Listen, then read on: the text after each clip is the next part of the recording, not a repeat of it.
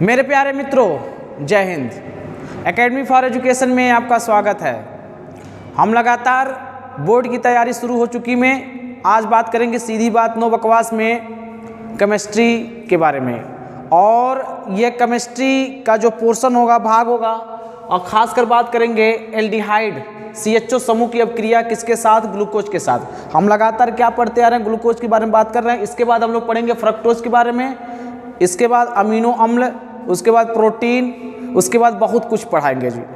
तो चलिए हम बात कर लेते हैं कि एल्डिहाइड और CHO ग्रुप की अभिक्रिया होती क्या है। जब हम ग्लूकोज का सूत्र जानते हैं C6H12O6 होता है।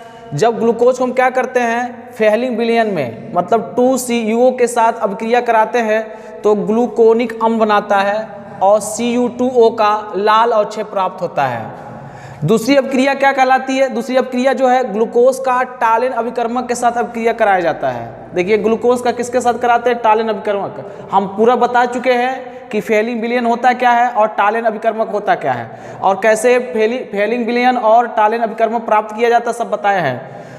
ग्लूकोनिक अम्ल प्राप्त होता है। देखिए ग्लूकोज का जब हम क्या करते हैं, टालिन अभिकर्मक के साथ अभिक्रिया कराते हैं तो इसमें भी क्या प्राप्त होता है, ग्लूकोनिक अम्ल और प्लस Ag का क्या काला अवक्षय प्राप्त होता है। दोनों अभिक्रियाएं जो ऊपर की ये अभिक्रिया है और ये अभिक्रिया है, ये दोनों अभिक्रियाओं को कहा जाता है ग्लूकोज की ऑक्सीकरण अभिक्रिया।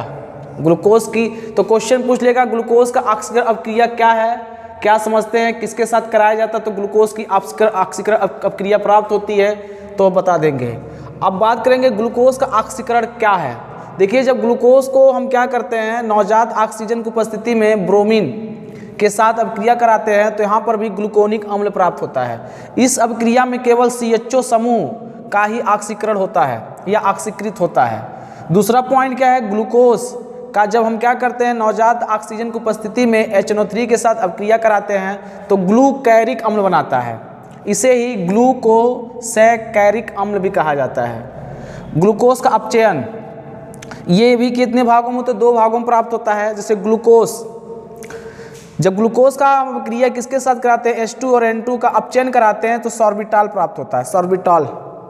दूसरा ग्लूकोज को जब HI प्लस लाल फास्फोरस को 100 डिग्री सेंटीग्रेड पर क्रिया कराते हैं या अपचयन कराते हैं, अपचयन होता है तो किसमें बन जाता है, 2-आयोडोहेक्सेन बनता है। और पुनः इसका अपचयन किसमें होता है, HI प्लस PK से 100 डिग्री सेंटीग्रेड की उपस्थिति में N-हेक्सेन बना लेता है। ये दोनों यौगिकों का बनना ग्लूकोज अणु में 6 कार्बन परमाणु की द्विध्रुवीय श्रृंखला के रूप में प्राप्त होती है और यह उपस्थिति को क्या करता है, बताता है।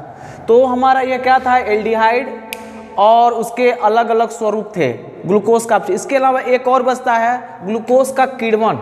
हम किण्वन की प्रक्रिया को पूरी तरह से बता चुके, किण्वन होता क्या है और सब बता चुके हैं। अब हम क्या करेंगे, ग्लूकोज लेंगे और ग्लूकोज का सूत्र क्या होता है, C6H12O6 होता है। और उसमें एक एंजाइम का प्रयोग करते हैं, जाइमेस एंजाइम। तो जाइमेस एंजाइम को जब हम किण्वन कराते हैं इसके, तो एथिल एल्कोहल प्राप्त होता है और इसके साथ कार्बन डाइऑक्साइड प्राप्त होता है। तो इसे ग्लूकोज से हम क्या बना सकते हैं, शराब बना सकते हैं, एथिल एल्कोहल बना सकते हैं। कैसे, जाइमेस की उपस्थिति में और किण्वन की सहायता से। अगला है, दूसरा हेडिंग है फ्रक्टोज। तो ग्लूकोज के ही समान क्या होता है, फ्रक्टोज होता है। इसका भी सूत्र कितना होता है, उतना ही होता है, C6H12O6। और यह ग्लूकोज के साथ मीठे फलों में इसकी उपस्थिति होती है। मतलब मीठे फल और शहद में ग्लूकोज में क्या, ग्लूकोज के साथ फ्रक्टोज पाया जाता है। मतलब फ्रक्टोज के कारण ही मीठे फल, शहद मीठा होते हैं। तो औद्योगिक स्तर पर फ्रक्टोज को इनुलिन एक पदार्थ है, यौगिक है, तनु हाइड्रोक्लोरिक अम्ल के द्वारा जल अवघटन करके बनाया जाता है। जल अवघटन, देखिए क्या हम एनुलिन ले लेते हैं, यहाँ लिए एनुलिन, इसका सूत्र क्या होता है, C6H10O5 का होल N और प्लस NH2O को जब हम गर्म करते हैं तनु HCl की उपस्थिति में तो हमें क्या प्राप्त होता है, C6H12O6N टाइम्स मिलता है। इसे क्या कहते हैं, फ्रक्टोज कहते हैं। फ्रक्टोज की फेनिल हाइड्रोजन से क्रिया, इसके पहले हम जब ग्लूकोज पढ़ा रहे थे तो ग्लूकोज का भी फेनिल हाइड्रोजन से क्रिया भी कराए थे। तो जो रिएक्शन ग्लूकोज का था वही रिएक्शन किसका है, फ्रक्टोज का भी है, फ्रक्टोज का। तो सेम टू सेम देखिए क्या फ्रक्टोज है, इसमें कार्बोनिल ग्रुप जुड़ा हुआ है या तो CHO ग्रुप भी जुड़ा रहता है इसमें हम क्या करते हैं, फेनिल के साथ अभिक्रिया कराते हैं तो H2O का अपघटन होता है और यहाँ पर जो C6H5NH2 जो होता है यहाँ पर जुड़ता है NNH2 और C6H5। अब बाकी सब देखिए सेम टू सेम होगा, इसका ही नाम क्या होगा, फ्रक्टोज फेनिल हाइड्रोजन होगा। इसके पहले हम पिछले वीडियो में भी क्या ग्लूकोज के बारे में पूरी तरह से बता दिए थे। वही रिएक्शन आपको याद रखना है। अगर एक रिएक्शन आप याद रखते हैं तो दोनों रिएक्शन क्या कर सकते हैं, पढ़ सकते हैं उसी के बेसिस पर। तो ये दोस्तों क्या था, केमिस्ट्री के बायोमॉलिक्यूल्स के चैप्टर थे, चैप्टर का कुछ टॉपिक था और हम मिलते रहेंगे किसी न किसी टॉपिक पर बात करते रहेंगे। बोर्ड की तैयारी शुरू हो चुकी में और मिलेंगे कल इसी तरह से अन्य वीडियो में बात करते हैं। Thank you very much.